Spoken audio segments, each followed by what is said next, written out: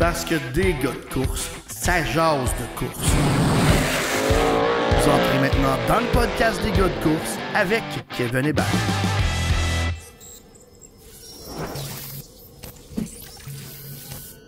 Hey, bienvenue au podcast Les gars de course. Avertissement, je pense qu'aujourd'hui ça sera pas facile.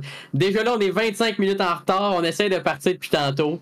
Ça marche pas, il y a un peu d'alcool dans le sang. Je pense que ça va être un bon podcast. En plus, on a Max aujourd'hui. Salut Max. Salut mon mini, ça va? Oui, toi? Ben oui, ça va bien. Première expérience avec vous autres, j'espère qu'on va avoir du fun. Oui, certain. On est content que tu aies pris le temps de t'habiller parce qu'avant, c'était pas... On avait Kyle Larson, version Wish, mais on avait Kyle Larson avec nous autres sur le podcast. On avait Kyle Lars! Ouais, on peut étirer son nom, hein? On se demandera pas pourquoi pantoute. J'ai un autre dans la tête, mais je ne le dirai pas. OK. Rendu là, on est capable d'en prendre. Max était inquiet de comment ça se déroulait le podcast. Pour ceux qui ne s'en rappellent pas, on a toutes vos idées dans la boîte Farnham L. Jagger. Comment? Jagger? Jagger. Elle a été Hell aujourd'hui. and Lager. J'ai vu passer, c'est un nouveau produit, ça vient avec de la bière dedans. On peut acheter ça. J'ai vu ça passer. Fait que moi, j'ai eu ça en exclusivité. Merci beaucoup, Justin Chaput. D'ailleurs, Mais- en Chaput, Mini, si vous avez vu la photo sur le Facebook des gars de course, il y a quelques jours là, de Steve Chaput avec un verre écrit « Je suis un gars de course ». C'est pas vraiment une tasse des gars de course, c'est des collets qu'on vendait pour le cancer du sein. Mais on en a encore, donc si vous êtes intéressé à faire un don, ben, cette fois-ci, les dons vont aller à Rêve d'enfant. Ou non, c'est pas ça. C'est Rêve d'enfant ou c'est la... En tout cas, on va donner à une fondation qui aide les enfants. On décidera ça plus tard. Ah ouais, je m'en rappelle même plus. C'est... C'est sûr que ça ne rappelle plus, on vient de décider ça là. Ouais, c'est ça, ça vient de se faire sur le flag parce que même moi, je n'étais pas au courant. Ben oui, on va donner quelque chose, c'est ça. Honnêtement, il y a une soirée à bénéfice pour les enfants là, à Granby cette année. On s'est associé avec ça. Évidemment, on vend les chandails, puis il va y avoir une partie des profits qui vont aller vers cette cause-là. Puis, sur les collègues qui nous restent, si vous en voulez, on va les vendre également. Vous donnez qu'est-ce que vous voulez. Évidemment, on aimerait ça avoir au moins 5 $, mais vous donnez qu'est-ce que vous voulez pour les collègues, puis on en a encore à vendre. Quand vous donnez plus, il y a une partie qui s'en vient pour que je m'achète un nouveau tire arrière droite. C'est pas ça ma paye des gars de course. Tu peux bien en acheter un, tu sais même pas comment t'en servir. Bon, on part de ça.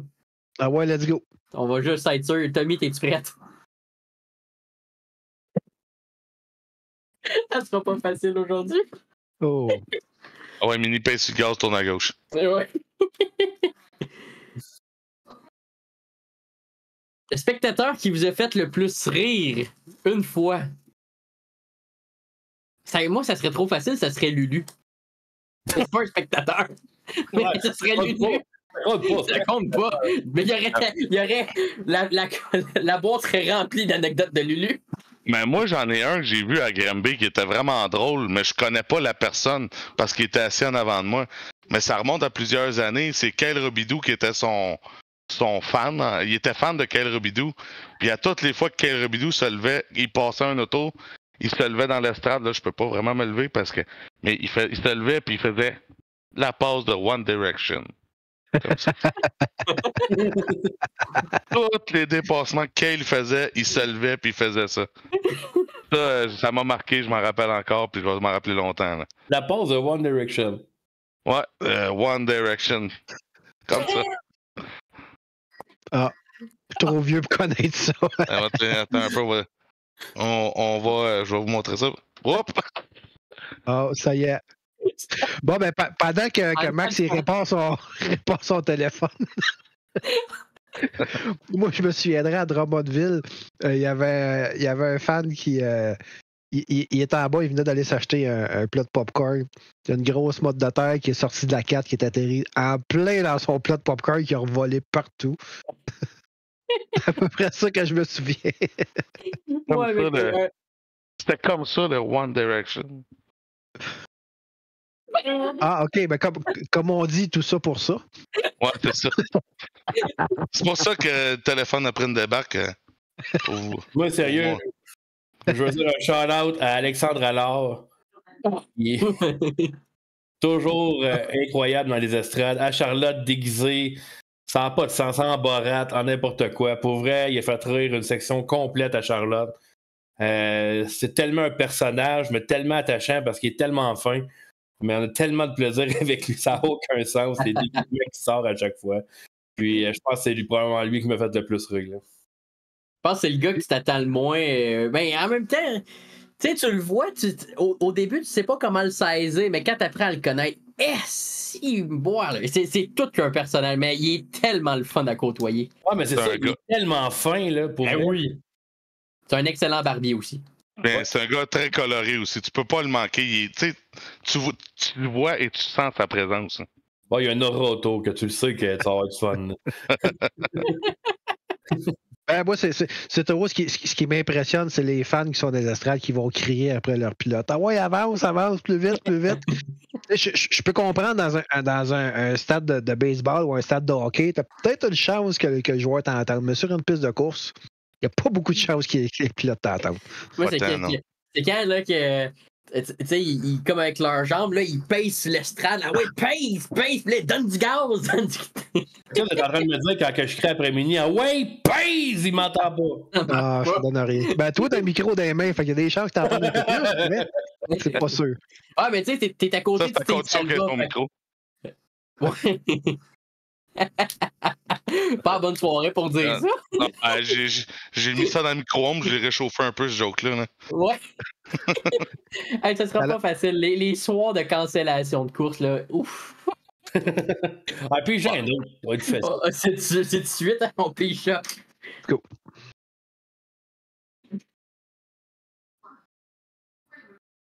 Ben, j'ai encore pas mémoire si je l'ai remis dedans. Jeu de course préféré. On a-tu parlé? Jeu de course, non. Non. Je vais commencer. Je sais pas s'il y en a vas-y. qui se souviennent. Là. Dans le temps, c'est Steve Poirier. Non, pas Steve Poirier. C'est-tu Alain Bergeron? En tout cas, qui avait donné ça à mon père. C'est un CD Dirt Track Racing 2. C'est lui là, qui comme la face sur le CD. Là, c'était ça, j'ai joué. J'en ai. Ah, Ben s'en va le chercher. Bouge pas, mais je suis sûr que j'ai ça quelque part. Mais pas le 1. Le 1 était plate, mais le 2 était vraiment le fun. Ouais, c'est le premier jeu, on peut mettre des modifiés là-dedans. Ah ouais. La carrière de modifier. Mais là, tu jouais en ligne, puis tout le monde avait comme un code de triche. C'était trop facile. Là. J'ai l'original à part de ça. Ah ouais, c'est meilleur qu'iRacing, ça. Meilleur qu'iRacing. Ça, puis NASCAR Thunder 2003 avec la face de Dale Earnhardt dessus. Dans le temps que c'était EA Sports qui faisait la franchise NASCAR. Et que j'en ai passé des heures là-dessus. Moi, j'ai pas eu d'ordinateur avant vraiment longtemps, fait que je vais vraiment à la console. Évidemment, World of Warcraft Sprint Car 2002 au PlayStation 2. C'est encore, je pense, le meilleur jeu de console qu'ils ont fait. C'était réaliste, on avait une carrière, c'était incroyable. Réaliste. Tellement joué. Ben oui, c'était réaliste. C'est parce que c'était le mode carrière qui était le fun, parce que tu commençais avec les locales, tu avais juste 2 pistes, puis tu avais un char, c'est quand même basique. Après ça, tu gagnais, tu pouvais aller courser dans le régional, après ça, dans le national, puis là, de temps en temps, dans ta piste locale, tu avais les hot-là qui venaient, puis là, tu pouvais courser contre eux autres. Mais ça, c'est comme le nouveau qui est en collaboration avec iRacing. C'est-tu un peu ça? J'ai pas joué beaucoup, là. Moi non plus, mais pour vrai, c'était tellement précurseur. On n'a jamais eu de jeu de vraiment de terre. Il y avait Dirt to Daytona qui est sorti par la suite, puis il y a un d'autres jeux, mais ça n'a jamais été la qualité de Radbag qui avait amené. On faisait des setups, on a tellement joué. Il y avait moi, Alexandre Vogel, Mathieu Desjardins. On a tellement fait des jeux. On jouait au garage. Tu sais. Et Serge Desjardins nous avait dit là, les gars, il faudrait aller jouer dehors un peu. Vous êtes tout le temps à jouer au jeu. Bon, on a sorti le jeu dehors, puis on a joué dehors. On a TV dehors. Mais on a tellement joué à ça. Faire les setups, essayer de trouver la façon d'aller le plus vite possible. Moi, vraiment, ce jeu-là, j'ai usé des CD, des CD de PlayStation 2 à jouer à ça. Mais à part ça, moi, j'aimais vraiment les jeux Gran Turismo. Gran Turismo, c'était des jeux qu'on pouvait jouer avec plusieurs voitures. C'était quand même long faire une carrière là-dedans, acquérir des nouvelles voitures jusqu'à temps que tu aies l'Escudo. C'était la meilleure voiture du jeu. Mais vraiment, là, c'est les jeux que j'aimais bien les jeux de Formule 1 également que j'ai bien aimé. Max? Moi, vous allez me trouver poche. Je suis pas aussi gamer que vous autres. Un peu plus, c'est peut-être avec les first-person shooters. Là. Mais moi, un jeu qui m'a fait vraiment triper de course, je suis vraiment arcade. Là.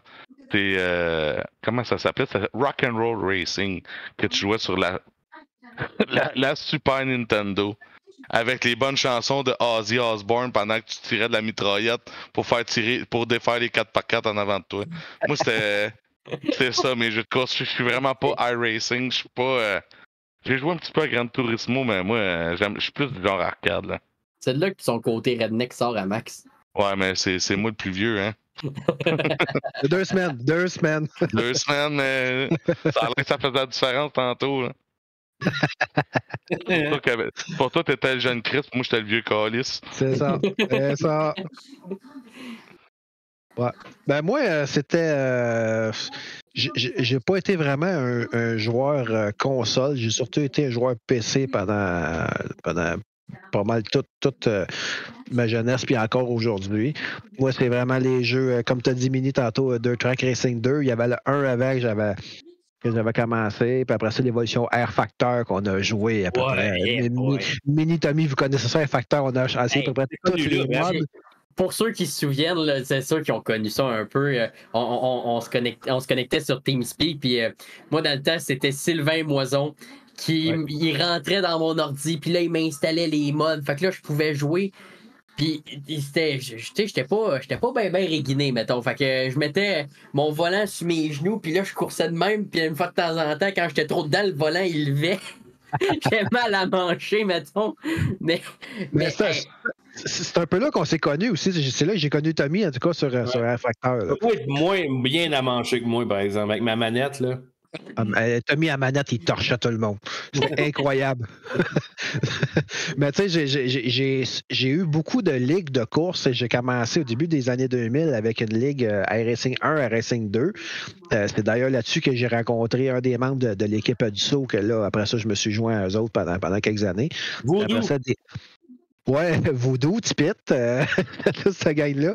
Puis après ça, oui, sur Air Factor, à peu près tous les modes de Dirt. Qu'est-ce qui était le fun avec Air Factor, c'est qu'il y avait beaucoup de personnes qui modélisaient des pistes. Tu avais des pistes de partout, n'importe quelle sorte de piste. Ils n'étaient pas toujours bonnes, mais tu en avais beaucoup. Puis, ouais, il y avait Granby, il y avait Drummond, il y avait Cornwall, ouais. Puis toutes les ligues de course, j'avais une ligue qui s'appelait Dirt Québec sur Air Factor. Il y a eu les Super Dirt du Québec aussi, là, c'était Sylvain Moison là, qui gérait. Il y avait des ligues québécoises là-dedans. Il y avait toujours bien du fun, bien du plaisir. On a rencontré bien du monde là-dessus. Puis aujourd'hui, ben, c'est iRacing, c'est sûr, qui est vraiment le monopole là, de la course automobile qu'on fait là, sur PC. Mais c'est ça. Moi, j'ai pas vraiment. J'ai eu Xbox et compagnie. J'étais moins PlayStation, mais j'ai eu Xbox, l'original, Xbox One, etc. Mais les jeux de course, je détestais les jeux de course sur les Xbox. J'aimais pas le feeling de jouer avec une manette. Le mouvement n'était pas bon. J'ai jamais aimé les jeux de course sur console. Ça a toujours été sur PC. Moi, ça m'avait tout le temps tracassé. Les jeux qui... Tu sais, ils sortaient, mettons, celui de Tony Stewart, là, qui n'avait pas les modifiés. Il y avait des late modèles au début, puis là, il n'y avait jamais des modifiés. Quand ils ont amené à iRacing, j'ai dit à ma blonde, là, je te le confirme, là, je pense que c'était comme en avril, je te le confirme. T'es une semaine, tu me vois pas. Tu peux venir à la maison, t'auras 0 temps de ma passée. iRacing, les modifiés, c'était supposé être le plus réel. J'ai commencé à iRacing depuis 2012, depuis décembre 2012 que je suis à iRacing. J'ai fait de l'asphalte pendant longtemps, puis quand le Dirt est sorti, c'est là que ça a pris la majorité de notre temps aussi. Là. Il y en a gros du temps. Moi, c'est que je savais pas, c'est Daniel Demers qui est beaucoup impliqué dans iRacing. Je savais même pas. Puis, il y a des ligues depuis des années. Puis, il y a beaucoup de monde qui viennent, depuis qu'on a fait Driver, il y a beaucoup de monde qui viennent nous voir, des spectateurs que tu t'attendais pas nécessairement, mais que finalement tu courses contre semaine après semaine. Là. Oui, Dan Demers, la ligue Drummond Sim qui existe depuis longtemps, qui était une ligue qui coursait avec NASCAR Racing 2003, que ça aussi, c'est un jeu que j'ai joué en ayant usé le CD. Là-dessus aussi, tu avais des modes là, plus finis, puis tu avais des pistes. Puis, ouais, c'était encore une grosse ligue là, qui est gérée par Dan Demers, qui course, je pense, le mardi soir là, avec en NASCAR, en série NASCAR. Là. Ouais, ça se peut. On doit avoir le temps d'un autre sujet. Ben oui, donc. Que ça, hein? Ouais.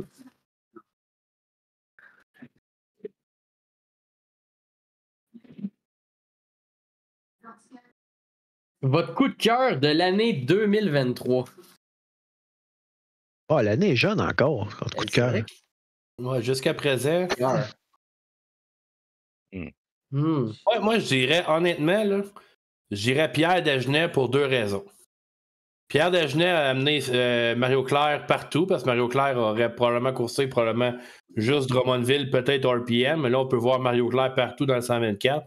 Et surtout, quand Mario dans le 22, mais on voit Gordon Claire faire ses débuts en modifié. C'est toujours le fun de voir une équipe comme ça donner la chance à un jeune pilote qui n'aurait peut-être pas la chance, justement, d'aller en modifié. Gordon fait très bien en modifié, puis vraiment...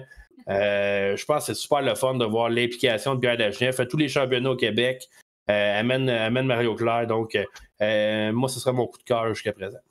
Parlant de jeune, moi, mon coup de cœur, j'irais avec Félix Roy. Je suis vraiment content. Ça m'en dirait que ça m'a redonné le goût de regarder la Super Dirt Car Series. J'avais un petit manque d'intérêt depuis. Mais peut-être plus parce qu'il est de mon âge, puis je le trouve impressionnant à voir aller. J'aime ça le revoir au Québec. Ça m'avait marqué il y a quelques semaines à Drummond quand la piste n'était pas parfaite. Yann a justement, pendant la série canadienne Gros Bloc, il l'a retravaillé. À voir à quel point il pèse, il n'y a pas peur, il n'y a pas froid aux yeux. C'est vraiment incroyable. C'est mon coup de cœur jusqu'à maintenant de l'année 2023, même si il y a eu des bad luck, les autres pilotes aussi. Je pense que c'est tout le temps un que je tiendrais dans mon pool dans mon pool My Race Pass si je participerais. Mais tu sais, pour moi, c'est sûr que pour moi, ma victoire cette année reste un coup de cœur. Réunir toute la gang ensemble sur une photo, ça n'a pas de prix, mettons. Par rapport à Ben et Max sont jamais là. Ben, j'y ai pensé, mais j'ai pas voulu. C'est ça être officiel, les gars. Hein? C'est comme, faut séparer des fois des certaines choses. Mais mon coup de cœur, on a-tu le droit de parler de ça? On a-tu le droit de parler de Max qui flag pour une certaine clause au RPM? Hein? Max avec une clope dans la bouche au RPM, ça c'est un coup de cœur de l'année 2023. Quand je me suis reviré, pris ça en photo, incroyable. Mon coup de cœur de l'année. On y a lancé un défi, je veux dire, on est proches les gars de course. On y a lancé un défi, t'es pas game. Ah, mais c'était pas, mais là, il n'y a plus le droit. C'était à l'Autodrome Drummond. Ouais, c'était à Drummond. Mais là, il n'y a plus le droit, là. Ah non, il n'y a plus le droit. C'est à cause de Christo, ça. Je sais. Mais vous autres, votre coup de cœur, les gars? Ben, moi, mon coup de cœur, c'est on va dire 2023, parce que je pense qu'il est en train d'être là. On a Mini qui a parlé de Félix Roy. Moi, Mathieu Desjardins, sérieusement, je vois ce gars-là avec l'opportunité que Paul Saint-Sauveur lui a donnée. Il est en train d'en profiter au maximum. Ce gars-là est en train d'éclore. Il a un talent exceptionnel au volant, puis de plus en plus, on le voit aller. Moi, à Granby, il m'a impressionné à cause du Gros Bloc. Je sais que le dernier jaune, il a coûté la victoire, là, mais c'est arrêté la série sur le Sunday pour son évolution à Mathieu Desjardins. Déjà, avec sa victoire à Charlotte à l'automne passé, on a vu que ce gars-là, il s'en venait, puis je pense qu'on n'a pas fini d'entendre parler de Mathieu Desjardins, puis moi, c'est vraiment ma révélation. C'est un de mes pilotes préférés que j'aime avoir aller de plus en plus, puis je pense c'est juste le début, ce qu'on voit, là. Moi, j'aime ça quand il marche, parce que c'est un des pilotes les plus fun à avoir en entrevue. Ouais. Mathieu peut être assez le fun, ouais. Mathieu, là, c'est un gars authentique. Oui. Quand ça va mal, tu vas le savoir. Quand ça va bien, tu vas le savoir, tu sais. C'est un pilote complètement authentique. Tu sais, je me vois un petit peu en lui, dans le sens que sa personnalité vient me chercher. J'ai beaucoup de réactions qui ressemblent aux siennes. Tu sais, quand moi ça vient chaud, moi aussi j'ai le sang chaud, puis ça vient me chercher. Moi, c'est vraiment Mathieu Desjardins, là, c'est mon pilote là, de l'heure. Là. Mais Mathieu m'a tellement fait rire, moi, à Charlotte, parce que quand il a gagné, on était tous contents. Les Québécois, on a tous descendu. Mais lorsqu'il s'est mis à répondre aux questions de l'intervieweur en anglais, lui, il s'est mis à répondre en français.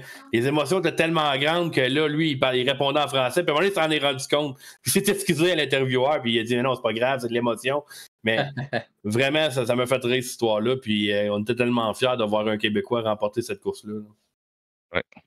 Ben moi, j'irais avec Pascal Payeur. Pascal Payeur qui a fait le saut en sportsman cette année. On l'a vu à Cornwall quand il a fait ses premiers tours. Déjà là, il était performant. Mini, on était là, toi puis moi, la première fois. Quand il est sorti de son char, après ses temps de travail, il avait le smile jusqu'aux oreilles. Il était hyper content. Puis c'est un gars qui travaille sur sa voiture. Il y a eu un bon accident. Dès le premier programme à Granby, il avait complètement démoli le côté de la voiture. Ils ont remonté. Il était là la semaine d'après. Puis même, je rajouterais que même si il a à peu près tout gagné en Pro Stock, même s'il ne course plus maintenant Pro Stock, continue d'aider les gars. Pendant l'hiver, il a aidé à monter des voitures pour d'autres pilotes. Donc là, mon chapeau à Pascal Payeur qui va être à surveiller de plus en plus.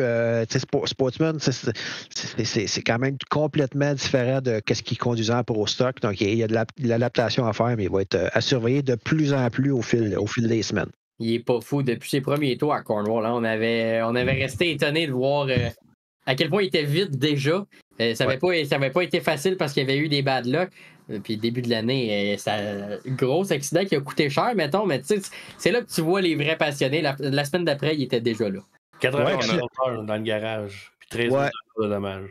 On a entendu Gabriel Gawette aussi, il y a 2 semaines à Drummondville, qui l'a remercié. C'est lui qui a setupé toute cette voiture-là. Fait qu'on voit qu'il est encore up-to-date pour travailler avec son ancienne classe. Puis, il aide beaucoup de monde en plus de faire sa propre voiture, tu sais. Sans parler pour lui, je pense qu'il adore encore les Pro Stock. C'est juste une question que les sportsmen lui donnent d'autres opportunités. Il a peut-être fait le tour de la classe, mais c'est pas... Parce qu'il n'aimait plus la classe, justement. Non, il fallait qu'il passe à un autre niveau. Là. Il dominait dans cette classe-là. Il était dû pour un nouveau défi, mais je suis clairement d'accord avec toi. Je pense qu'il affectionne encore beaucoup cette classe-là. Oui, puis c'est une personne hyper sympathique en plus. Quand on a l'occasion d'y parler, il est toujours bien jasé. Il nous répond bien aux entrevues. Donc, c'est mon coup de cœur jusqu'à maintenant pour l'année 2023. Et tu le vois, hein, quand il gagne, il a gagné la course des futurs. L'émotion et la flamme pour les courses est encore là. Et c'est surtout avec les nouveaux défis qu'il va avoir cette année. Ça va être le fun. Le suivre, j'ai hâte de voir son premier, on va dire, vrai podium dans la grosse classe avec tous les compétiteurs. J'ai l'impression que c'est pas si loin que ça. Vraiment pas. Non, il manque pas grand-chose, mais la classe sportsman est tellement compétitive. On parle beaucoup de la classe modifiée, qu'il y en a au moins 10-12 qui peuvent gagner, mais en sportsman, tu peux en avoir 20. Là. Fait que c'est ça. Ça va être difficile, mais je pense qu'on va le voir d'ici la fin de la saison. Ouais, ça n'a pas de bon sens. Admettons, on va dire rapidement, tu as environ 5 pilotes qui sont tout le temps là. Que tu le sais, ils vont se battre en avant.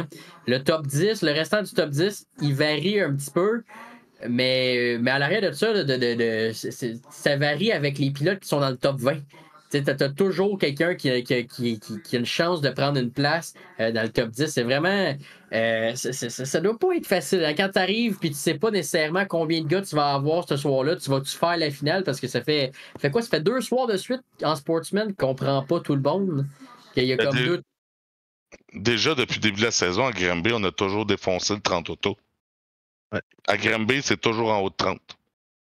C'est vrai, la compétition est rehaussée. Puis pour mettons un gars qui serait pas expérimenté comme Pascal Payeur, je pense que le saut serait épeurant. Mettons on dit l'année prochaine, là, mais avoir fait le saut cette année avec le bassin de pilotes qu'il y a, en tout cas, si ça serait moi, tu y repenses 2 fois avant de racheter un char, tu te dis, je vais-tu au moins être à la hauteur, mettons.